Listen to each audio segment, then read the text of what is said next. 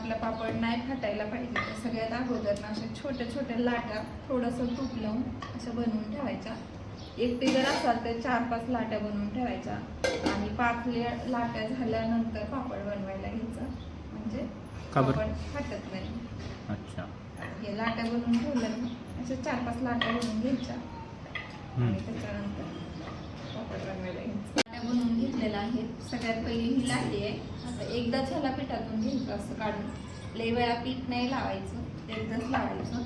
अगोदर लाटी करताना त्याला तूप लावलं होतं थोडंसं, लाटी बनवून घ्यायची आणि त्याच्यानंतर लाटायला घ्यायचं. थोडंसं हडकलं ना मग पापड फाटत नाही आणि आपल्याला बनवायला पण चांगला जातो. तर बघू शकता एकदम इझी पद्धतीनं पापड बनले जातात. आणि माझी ही जी साईज आहे ना तर अजूनसुद्धा वाढू शकतो, पण ठीक आहे. तर या टाईपमध्ये पापड बनवून घेऊ शकता. इकडे बघू शकता हे पापड बनवले आहेत, एकसारखे झालेले आहेत. तुम्हाला व्हिडिओ कसा वाटला मला नक्की कमेंट करून सांगा. आवडल्यास लाईक आणि चॅनलला सबस्क्राईब करा. बाय.